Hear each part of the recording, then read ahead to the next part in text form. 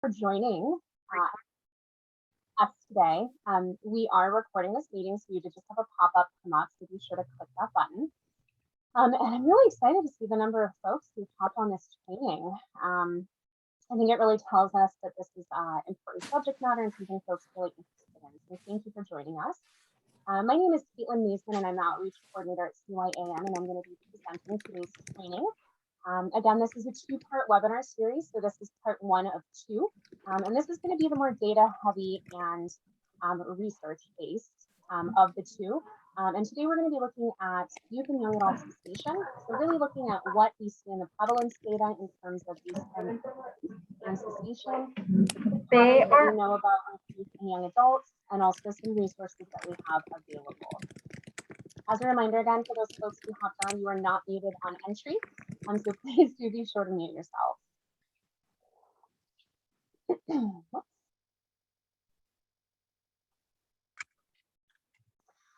So for those of you that aren't familiar with CYAN, we are a statewide technical assistance agency, and we're located in Sacramento. If you've ever been to a CYAN training, you've probably seen this slide and can repeat it in your sleep. But we do have three primary programs. We actually have four. We also have an emerging program, emerging products program. We don't have an image of that on here, but our three programs are youth, college, and military. And our youth program really works to engage young people to advocate and impact local policy change within their communities. Our college program there in the middle really works to support campuses in implementing and upholding tobacco-free campus policies. And then our military program there works to really change the norm of tobacco use in military institutions. And underneath there, there's a small list of the services we offer. And again, we are funded by the California Department of Public Health Tobacco Control Program. And just quickly here before we jump into things, for those of you that aren't familiar with our team, here's all of our smiling faces. We do have a handful of these folks on the meeting with us here today. We have Vicki Webster, Managing Director, Kimberly Homer Vagadori, who's our Project Director, myself, Caitlin Mason, the Outreach Coordinator, and then our youth team there is Nicole Morgan and Ignacio. Newest to our team is Dean Paul, who is on here and will be monitoring chat. And then our college coordinator, Alex Bird Spencer, who just got married and added Spencer to her name. So that is our team. Okay, so let's jump into what we're going to be talking about today. So this is a quick overview of the information we're going to be covering, and it's a lot. I acknowledge that. So certainly, I do hope to have some time at the end for questions. And we're going to start with data, like I talked about. So we're going to really kind of lay the landscape of where youth and young adult tobacco use is, both nationally and then also here with California specific data. And we do also have some cessation data, so things like intention to quit and previous quit attempt data. And then we're going to look at what we know about how young people really engage and use tobacco, so some of the trends we've been seeing, and also how young people approach quitting. So what are their quit patterns and what things are unique to youth and young adults when they attempt to quit tobacco. Then we're going to jump into quit motivators. So what we are hearing and seeing from research from young people in terms of what's really motivating them to either consider quitting tobacco and then moving them along from that pre-contemplation to actually attempting to quit tobacco.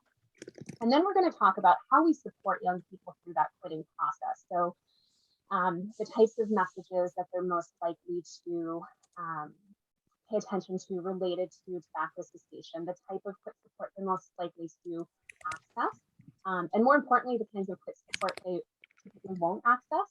And then finally, I'm going to share some of the youth and young adult quit resources we have available here at CYA.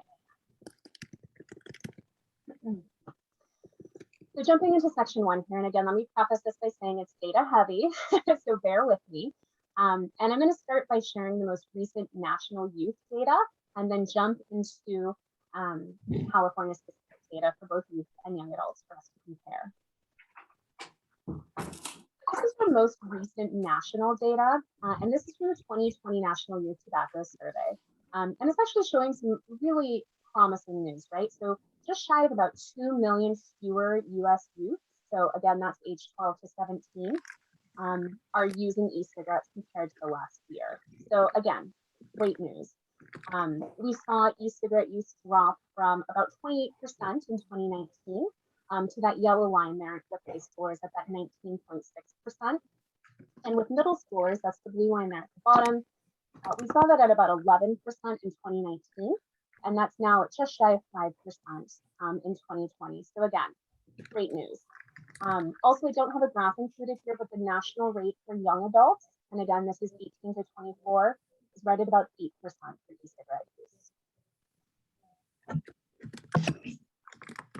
Then when we zoom out of that data, we can see that youth across all tobacco products, so not just e-cigarettes or vaping, use has decreased across all of them from 2019 to 2020. So again, great news. But there were some things in the national data from 2020 that didn't change. So probably not surprising is that youth are still using flavored products, and they do have a very strong preference for both fruit and mint flavors. And I apologize for all the throat clearing. The smoke is really getting to me, so bear with me. And then some pretty significant changes that we saw in the 2020 data. Disposable vapes usage surged among young people. Young people are using disposable vapes like Puff Bar and are really moving away from those pre-filled pods like the Juul systems. So to give you some perspective here, and again, we've got both high school and middle school. We're looking at about 1,000% increase in use in just 1 year among high school students, and about a 400% increase in disposable vape use with middle school students. So again, really astronomically high increase in use in just 1 year. And then probably most concerning when we look at our national data is the rate of daily use. And this is use on more than 20 days in a calendar month, not a major increase in the last year among youth. And what this suggests to me is that, and we'll talk about this later and how COVID has impacted this and some of the quit motivators, but what this suggests to me is that we're actually seeing fewer young people who are kind of those experimenters transitioning to long-term use, but we're seeing the young people who are using frequently, really progressing and having accelerated addiction and use. And so again, I think this tells us that we're doing a great job with that prevention piece, and that now is, again, a really critical time to prioritize that treatment and cessation piece for youth and young adults. And so now getting into the most recent California data that we have. This was compiled and released by CTCP just at the end of June. So again, hot off the presses. And it does align with the national data that we have as well. So we can see here from 2016 to 2020, year over year, we've continued to trend down. So compared to the national rate of 19.6% usage, we're at 8.2 in California, which is, again, excellent work here. We're doing a great job. One thing I do want to call out, however, is that when we take that 8.2% usage line and dive into population-specific data, it does paint a different story for youth in our state. And particularly so you can see with that really high line there for non-binary young people. And so, again, we need to think about communities that young people are in and use this population-specific lens to really understand how youth within different communities may be targeted differently or have different social norms about, commercial tobacco usage or have intersecting disparities. And again, for me, this graph really illustrates those communities of young people that we really need, again, to be prioritizing those prevention and cessation efforts in our state for. And then this is our young adult data for California, and this is from the California Health Interview Survey. And so you can see there the highlighted at 12.9. So approximately about 13% of young adults, and this is 18 to 24, report e-cigarette use or vaping. And like our youth data, again, we can see this nice span of 2017 to 2019.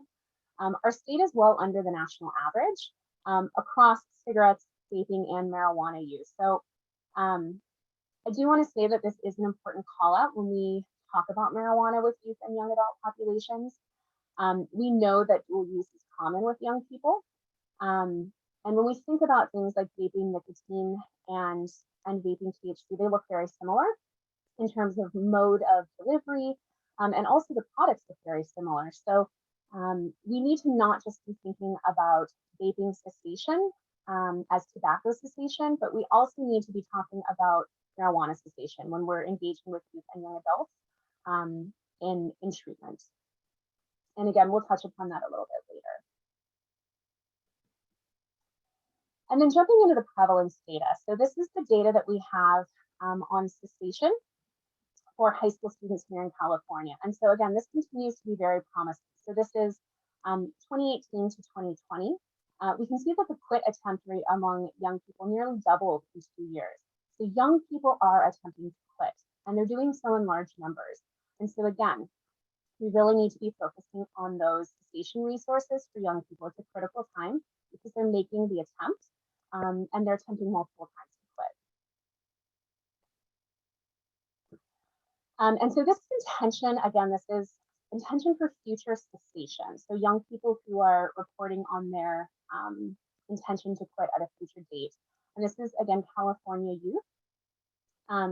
And you can see that intent, or excuse me, you can see the young people who have already quit, which is that blue line on the left, going up and going up and going up all the way across the years, and reaching to shy about 73% of young people who report having quit.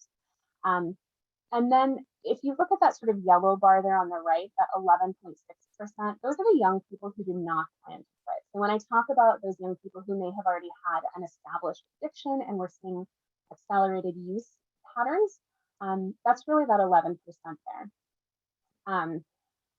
And that sort of 11% is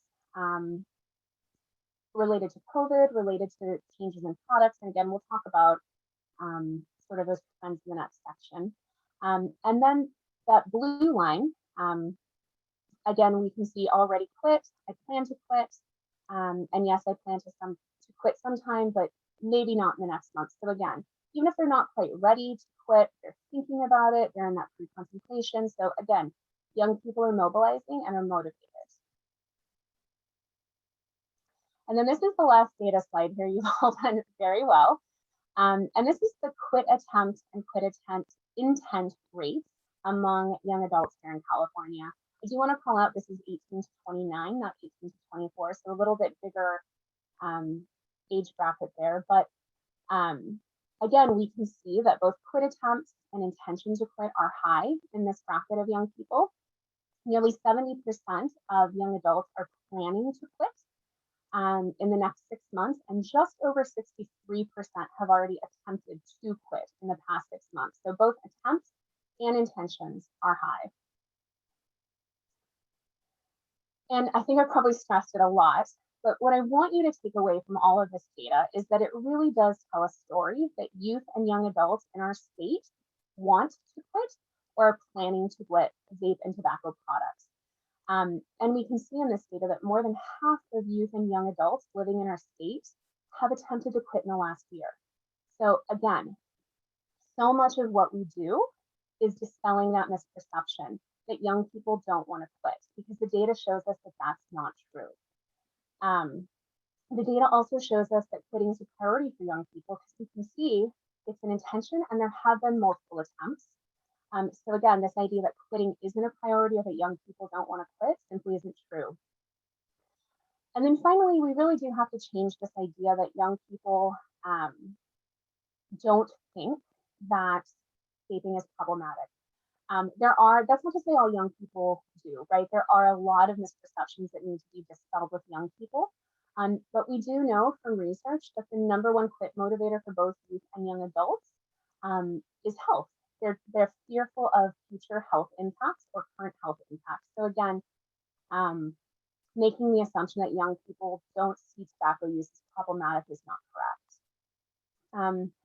And then the last thing I think we need to really dispel in terms of misperceptions is that tends to be this idea that young people are just experimenting with tobacco, or they'll grow out of this phase, right? This is what young people do. And while that may be true for some young people, right, everyone's brain chemistry can be different.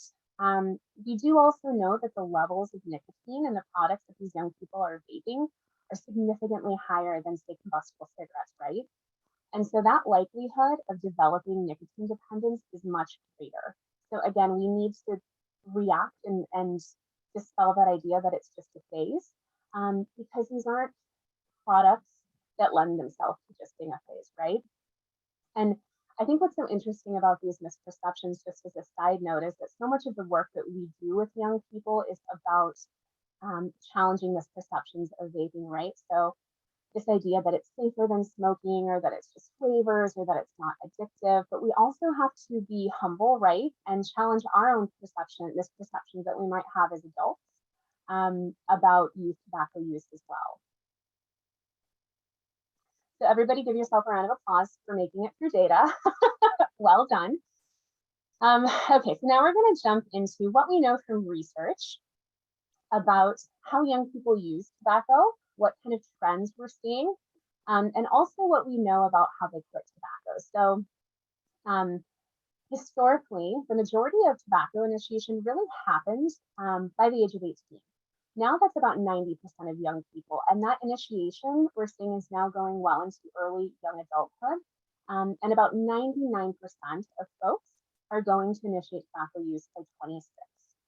So when we talk about youth and young adult tobacco use, it's because it's a really critical time. This is when young people initiate and create a dependence that rewires their brain for future addiction for the rest of their lives. So again, intervention is critical with this group of young people. We also know that most young people, and we kind of touched upon this with the dual use of tobacco and marijuana, we also know that most young people are using various tobacco products concurrently, so more than one at the same time, and we call this dual or poly use.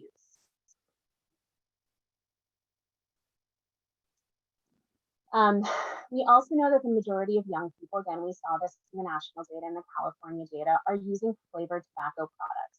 And that's important to call out because flavors are actually often a barrier to cessation because young people report liking flavors. So this is really a barrier that we need to address, and that is something that is unique to youth tobacco use and young adults.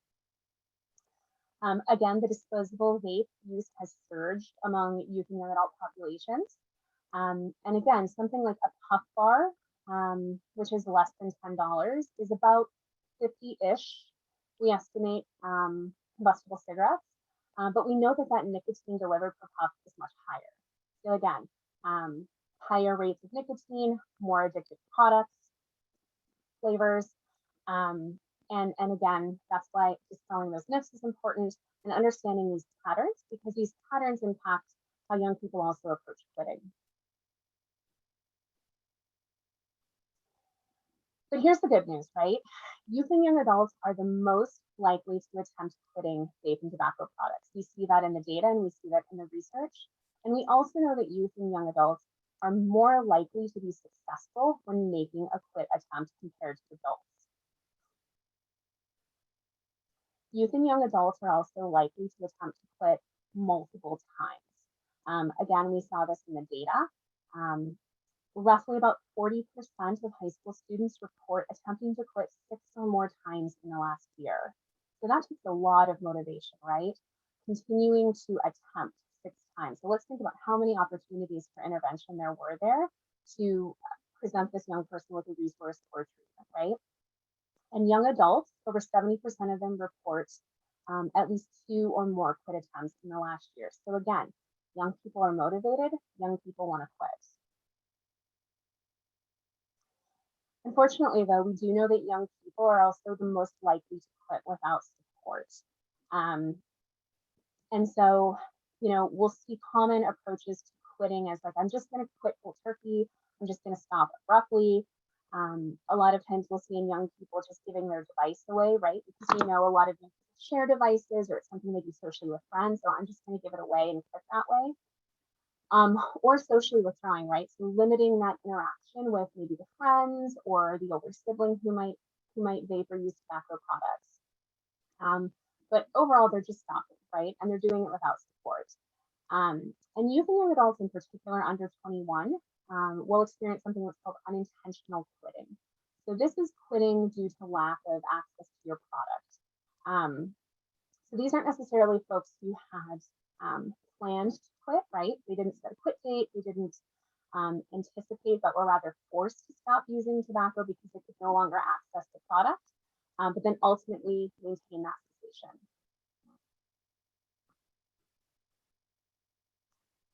And I kind of touched upon this already, but there are very unique and specific barriers to quitting that we see with youth and young adult populations. And one of the most common is that youth and young adults often don't view themselves as being addicted. And a lot of this goes back to the idea of dispelling misperceptions, right? If young people don't think vaping is addictive, they're not going to see it as an addictive behavior or an urgency to need to quit something, right? And again, that's why dispelling these misperceptions with young people is so much of the work that we do. We also know that being at school or on a college campus um, can be really difficult when quitting, right? You're often going to see um, other folks who are using products. It can tend to be a very social thing. It can be a part of like a bond with friends, something you do to establish status. And really that social piece is really important for young people as they kind of navigate being on campus, being at school. We also know that young people have a really high fear of withdrawal, which is interesting because they often don't see themselves as addicted, but they fear the withdrawal symptoms. And again, that comes with education encountering what that looks like, right? And you kind of touched upon this, but that idea of losing status or that image of being cool. So if a young person is associating a positive identity or a positive social reward as a result of quitting, that can often be a big barrier for them, or excuse me, to using, that can often be a big barrier to quitting. We also know that youth and young adults enjoy flavored products. And again, so that piece about understanding why young people vape, understanding flavors is a big part of that, is really important to how we approach quit resources and motivation to quit, right? We know that young people like products because they're discreet and convenient. They can hide it, in a backpack, in a pocket. It's not as obvious as something like a combustible cigarette where you have to go outside or you have a plume of smoke necessarily. We also know that products are readily available. That's starting to change slightly with not being able to purchase or send vape products in the mail and with some of our legislation and bans. But again, for the most part, young people report that they're pretty able to access products. And we do know that there tends to be a lower harm perception that's associated with vaping products. And so again, talking about things like flavors, talking about health impacts, talking about harm perception, talking about what that withdrawal and that addiction looks like is really going to help drive the quit messages we need to create for young people, because we know those are the messages that they'll engage with, because those are often barriers for them. Okay, so what motivates young people to quit tobacco? Well, we're going to start kind of on the other side of that and talk about what we know from research in terms of why young people vape. And this is an important piece because we often know that the reason for initiation, right, so the catalyst for experimenting or starting tobacco often correlates with the motivator to quit. So for example, a young person may start vaping because, and this is something we hear a lot, they believe that it's going to relieve their stress or calm them down. But what we actually know is that nicotine can make a young person more anxious or more depressed or more irritable. And so a young person may hear this information and attempt to quit. So again, understanding that catalyst and incentive for initiation is a really critical part of what motivates young people. There's actually a direct correlation with intention to quit based on reason for initiation. So some of the reasons why we know that young people vape is because it's normalized, right? So it's a behavior that they see with either friends and family members around them. We also know, and we've talked about this, there's an abundance of youth-friendly flavors, and youth and young adults like flavored products. And there tends to be a strong belief that vaping is less harmful than combustible cigarettes. And we also know that there is a strong relationship between youth and young adults viewing vape and tobacco products as a way to manage stress and mental health issues, right? And things like low self-esteem, anxiety, depression. they see that as a mode of treatment for those.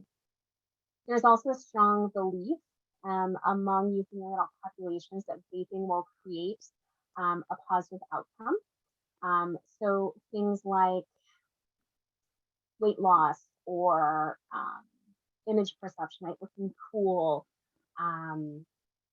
makes young people more likely to use tobacco. And then I think a really interesting phenomenon, and this is where pieces like data can help, is youth and young adults tend to have a very high level of perceived peer use. So they have this idea, and we'll hear this a lot in focus groups, that all my friends vape, everybody vapes, everybody smokes. But we actually know that's not the case, right? So if we change that social norm and see that the reality is that not everybody is smoking and vaping, we know that that will decrease use and initiation. Okay, so we're going to jump into reasons why young people quit. I do want to preface this by saying there are a myriad of quit motivators for a lot of young people, but these are the top motivators that we have from most recent data and published research regarding why youth and young adults report quitting vaping. Right now, within our state and nationally, the top 3 quit motivators reported by youth and young adults are health.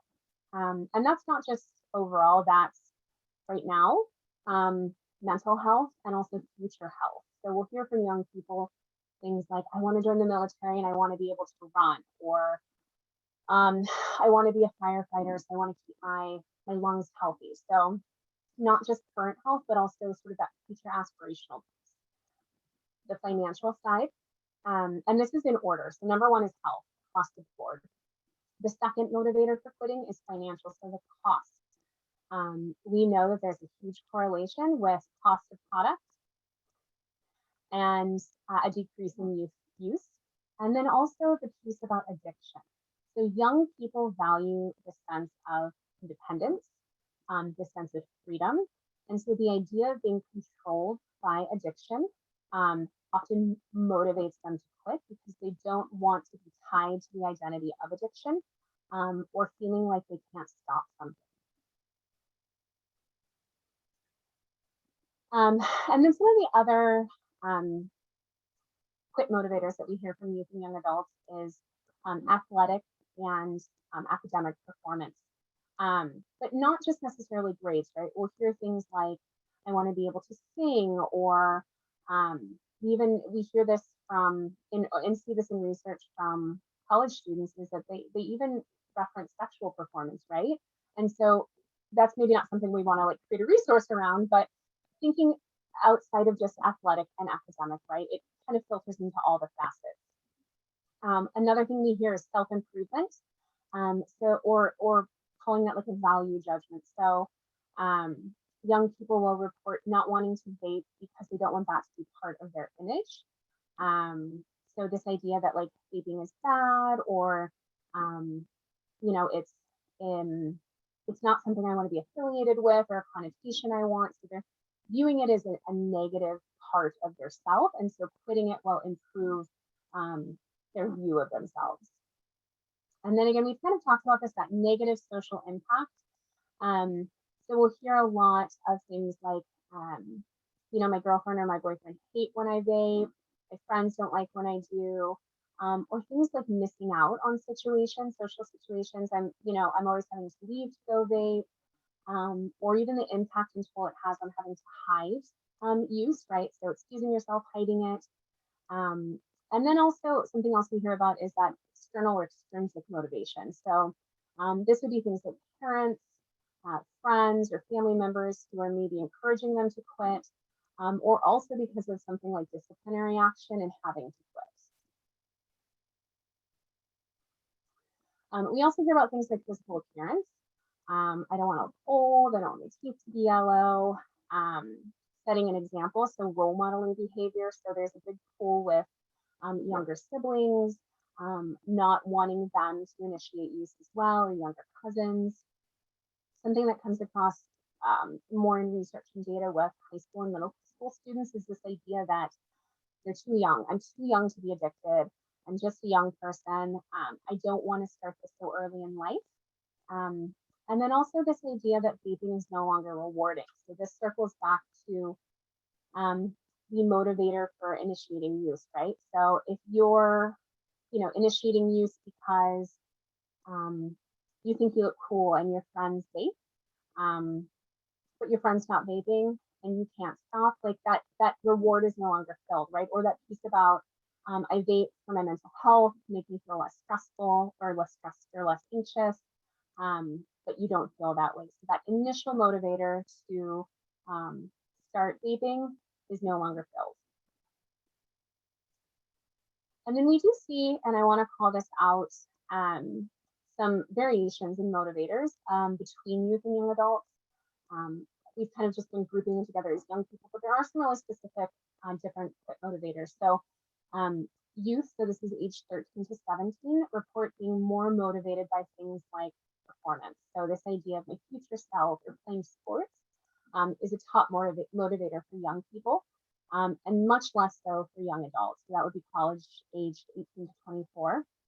That extrinsic motivation piece, again, thinking about, they're probably still living at home with parents, maybe disciplinary action from schools, things like that. And then again, that piece about feeling too young to be addicted. I'm too young to vape. I'm too young to be addicted. And then with young adults, they report being more motivated to quit, exponentially so by financial cost. So again, thinking these are maybe young people who are supporting themselves, or might have a more accelerated rate of use, so the cost to vape is higher for them. And then that piece of freedom from addiction. So again, we may be seeing more use with these sort of folks who are in their early adulthood, and are feeling more trapped by it.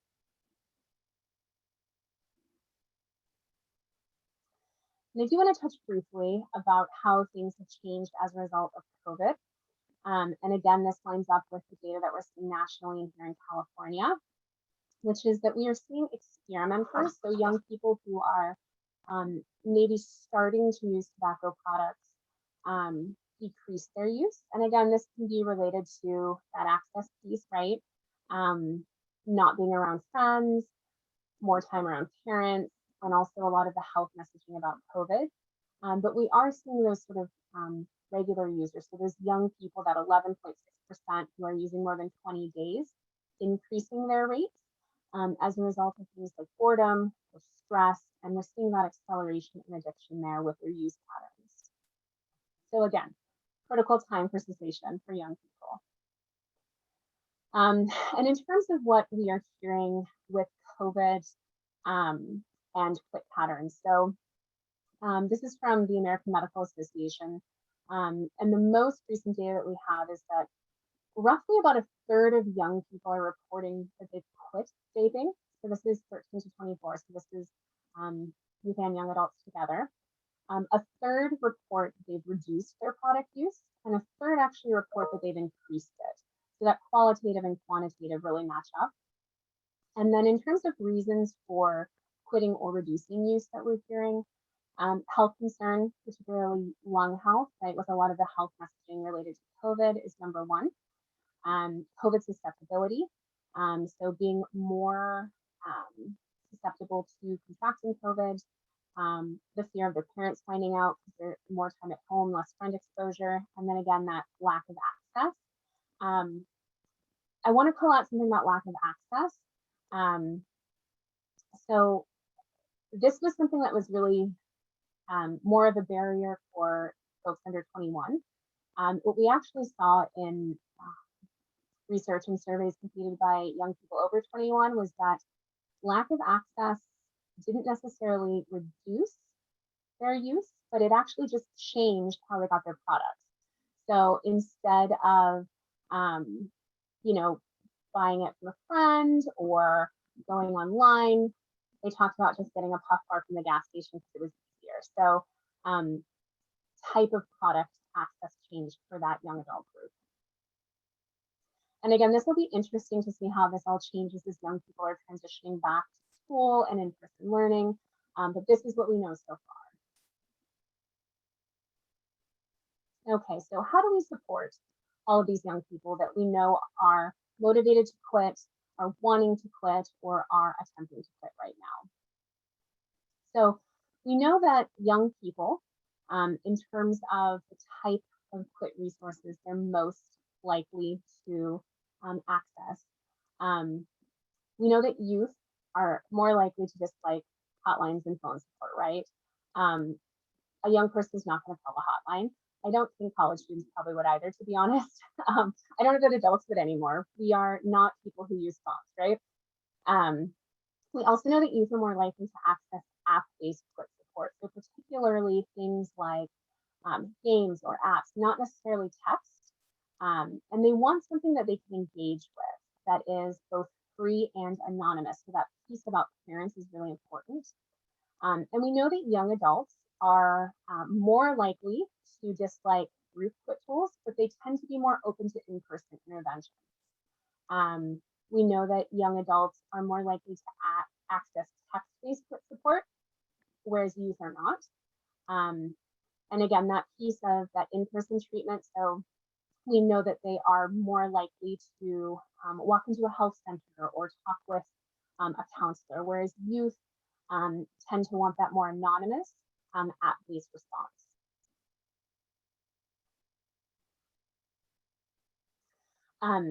And we also know, just sort of more generally, that technology-based quit support, preferably on their phone, is what youth and young adults are going to access. So most young people are not using a desktop or a laptop. They're accessing their resources on their phone. And they're most likely accessing these resources via social media. So things like Instagram or TikTok or linking from something on social media is how they're linking up with these quit resources.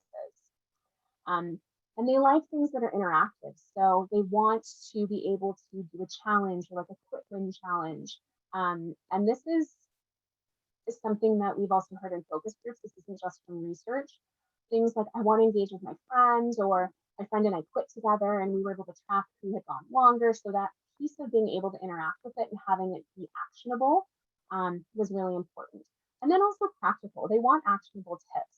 So if they're already at the place where they're ready to make an active quit attempt, they've addressed the barrier to quitting. They've understood, right, if it's someone who's quitting because of health, that smoking or vaping is bad for them. But now they want to know how to quit. So they want to know more than just that it's going to harm them. They want to know more than they need to quit. They want to know how to quit. We also know that young people are really looking for specific youth resources and young adult resources. So they want something that is crafted and curated for a youth and young adult audience. So that piece about maybe not calling a hotline, right? That's really more for an adult audience. What they want is something that is technology based, looks youthful, and is meant to be for youth and young adults.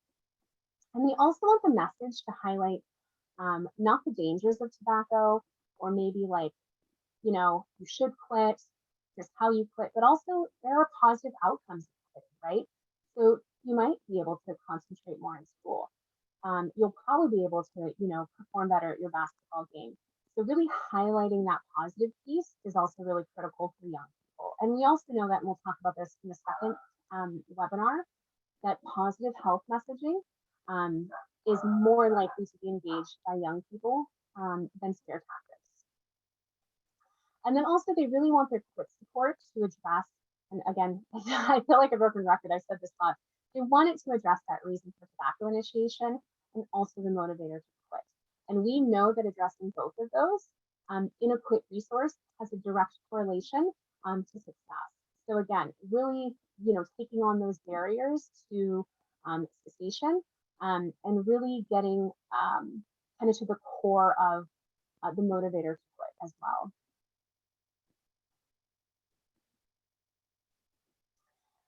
And so again, for the sake of time, I want to make sure we have some time for questions at the end, because I see some things in the chat. I'm going to really quickly talk through some of the digital youth and young adult prevention and cessation campaigns that CYAN has done in the last year. And this will be a little bit of kind of a teaser for the second webinar in the series, which is in 2 weeks. And that's when we'll really kind of go into depth about how these messages were created and tested and placed, But I wanted to just share these briefly because they are tools you can use, and just in case folks aren't able to attend that who are on this webinar now. So I'm going to start with our Spring 2020 campaign, and I want you to think through, as I'm showing you these images and we're talking about these campaigns, what we've shared about the types of resources we know young people like to see, what they're most likely to access, and I think you'll be able to see that woven through this. When we think about Spring 2020, there was immense change going on, right? So young people are sheltering in place, they're transitioning to distance learning, and there was so much health messaging happening at that time for all of us.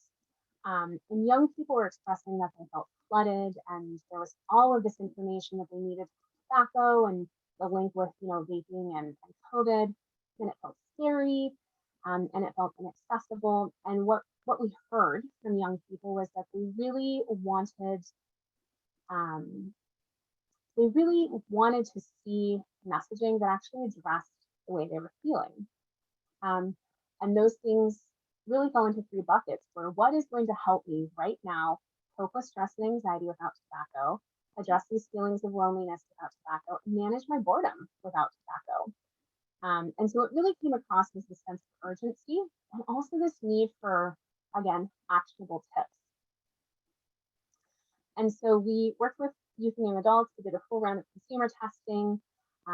We did these as a promoted social media campaign, and it was a series of 18 digital posts that all linked to a quick resource page for young people and really addressed those 3 pain points that we were hearing from young people. And again, these are all available for you to download, and we'll really dive into these. This is like a super quick touch point on this. We'll dive into these in the second webinar. We then did a follow-up campaign to this in fall and winter of 2020. And this was when we really shifted towards treatment because we saw a huge click-through to our Cessation resource page. And so again, we really saw that young people were feeling motivated, we're looking for resources, and we really wanted to address those top 3 quit motivators, which again were health, expense, and that fear of addiction.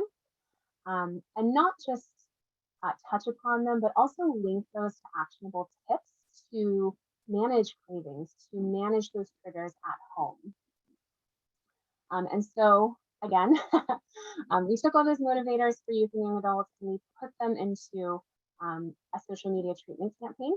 And this was a series of 24 posts, and we launched this in kind of 2 phases. So the first post really kind of addressed the quit motivators to kind of get people to think about quitting.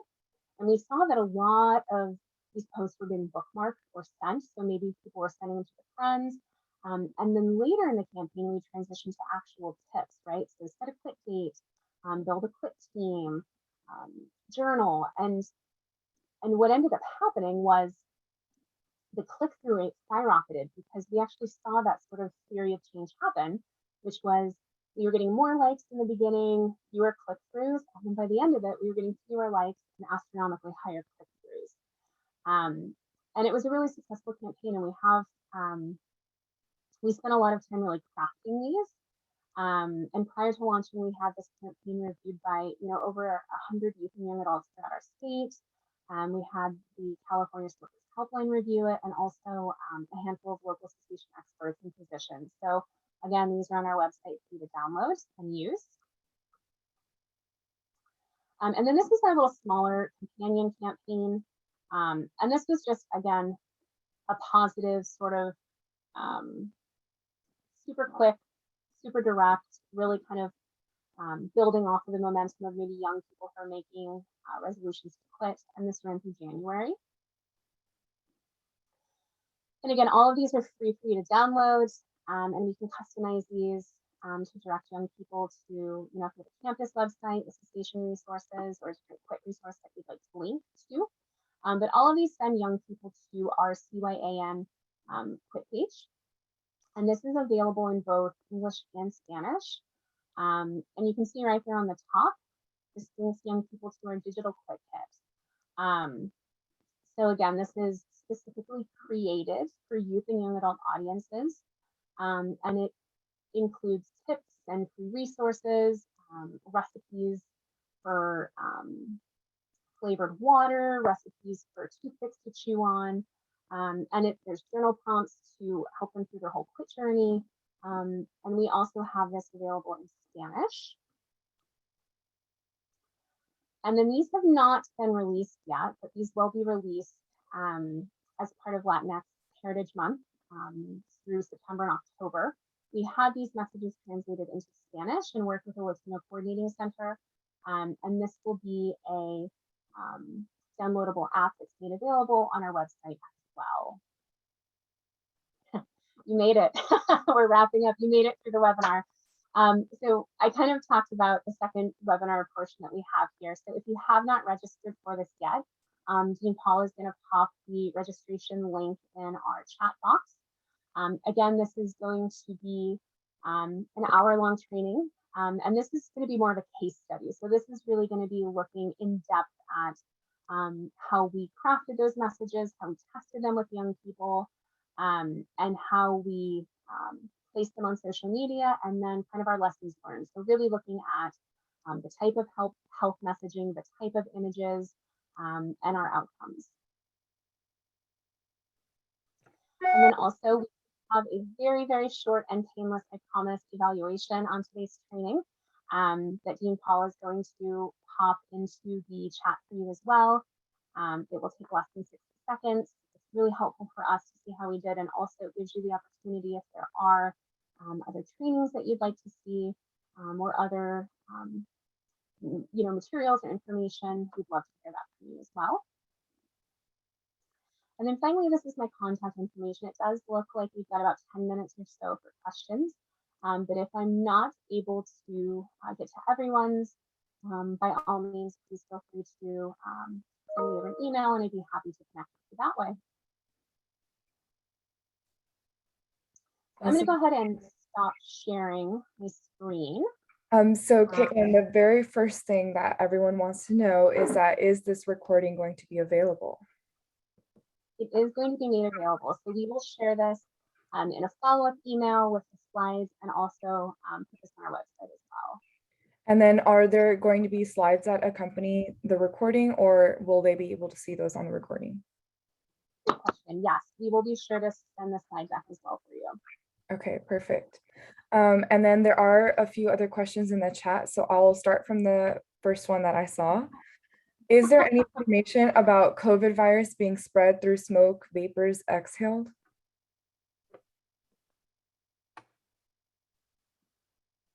Yes, there are, and I think he has some of this as well. I don't know that they're youth specific, so I don't think they're materials targeted for youth. There may be, but we do have research and information on that. And if you can just jot down to ask that, I can follow up and stuff. Okay, perfect. And then on those last few slides of their resources, someone said that they've seen some social media messaging promoting vaping and smoking and vaping cessation with young adults that show the actual product or a person using the product. Do you feel that those are appropriate images?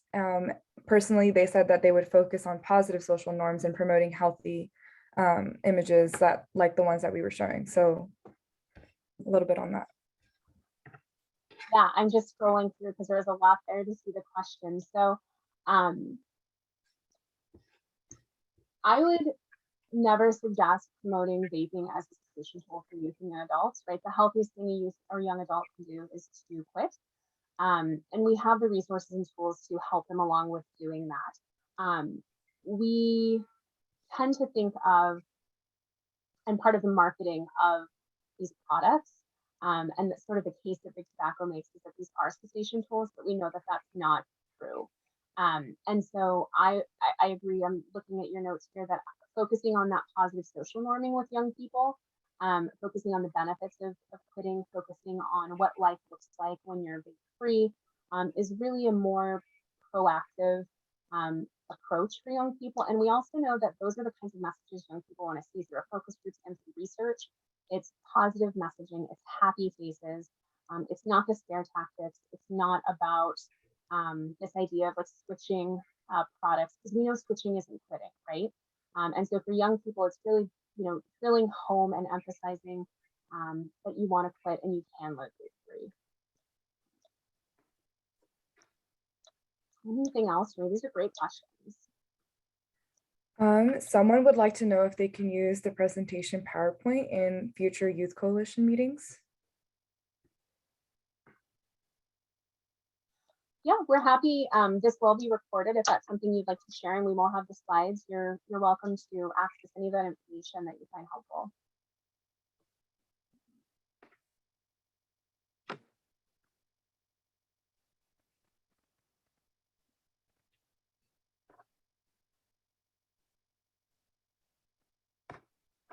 Okay, I see a hand. I see Brian's question in here as well. Okay. So that lack of access piece was actually related to young adults.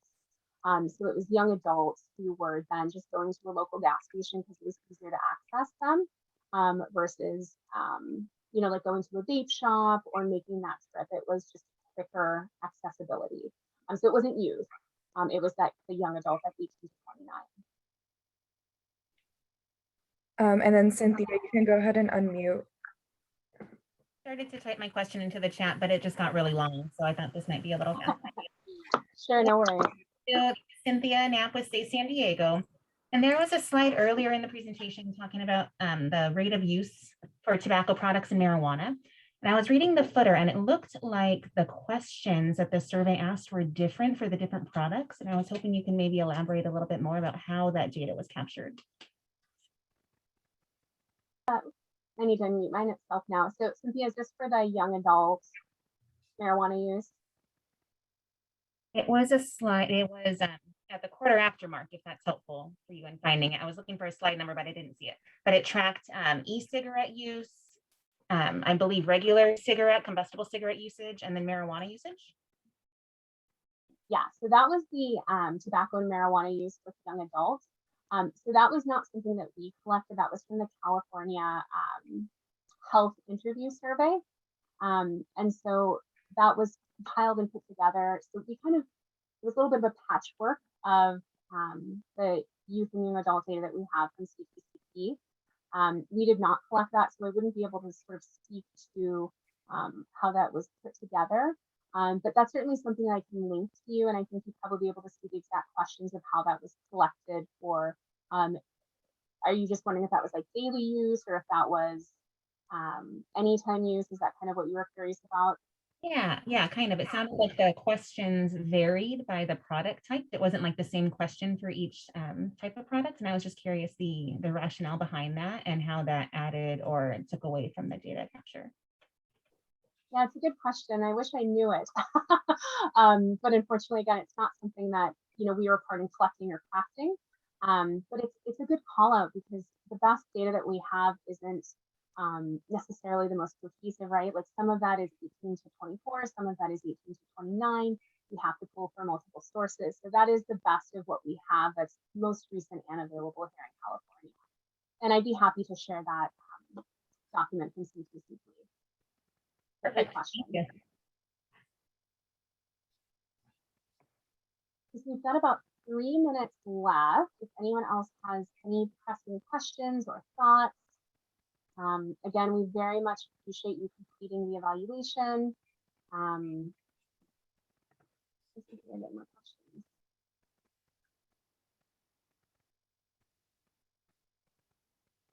I see your question there, Irene. So do you have any idea about the average use patterns as far as the number of disposables that are used per day? I don't have hard data on that right now. I can tell you what I heard kind of from my ear on the ground. We did, right before the state closed down, we did a round of young adults focus groups. And it was pretty pervasive. So we actually had one young man who worked as like a student janitor on his college campus. And he said that he would see his, peers just finish them and throw them on the ground, and that puff bars were everywhere. And that his friends were reporting, going through 1 or 2 a day. So that's kind of a qualitative piece that I've heard from young people in terms of survey collection or research level. I don't have that. But what we are hearing from young people locally in our state is that it's pretty pervasive in terms of use with those puff bars. Great. Thanks. There's such a dearth of information still, so I really appreciate the information you've been able to gather together in one webinar. I was also wondering if you thought there was some indication that there's a concern for the environment and that might possibly be a motivator to quit. Did you get a sense of that at all? That's a great question, Irene. Yeah, so that is something that is kind of coming out of this popularity from disposables, is that they're really a nightmare for the environment, right? So they are toxic waste, and there's no safe way to dispose of or recycle these. And that is a piece that we are trying to things like straws and plastic bags. Like, we need to be framing these products as hazardous toxic waste, like a single-use product. And so we are actually in the process of creating that material for young people. We have a fact sheet that we created that's really more for adult audiences and folks in the field. And we're in the process of kind of translating that for a youth audience, and we'll be doing consumer testing and releasing that hopefully in the next few months here. So a great call out there, Irene. That's a great plan. Thanks so much.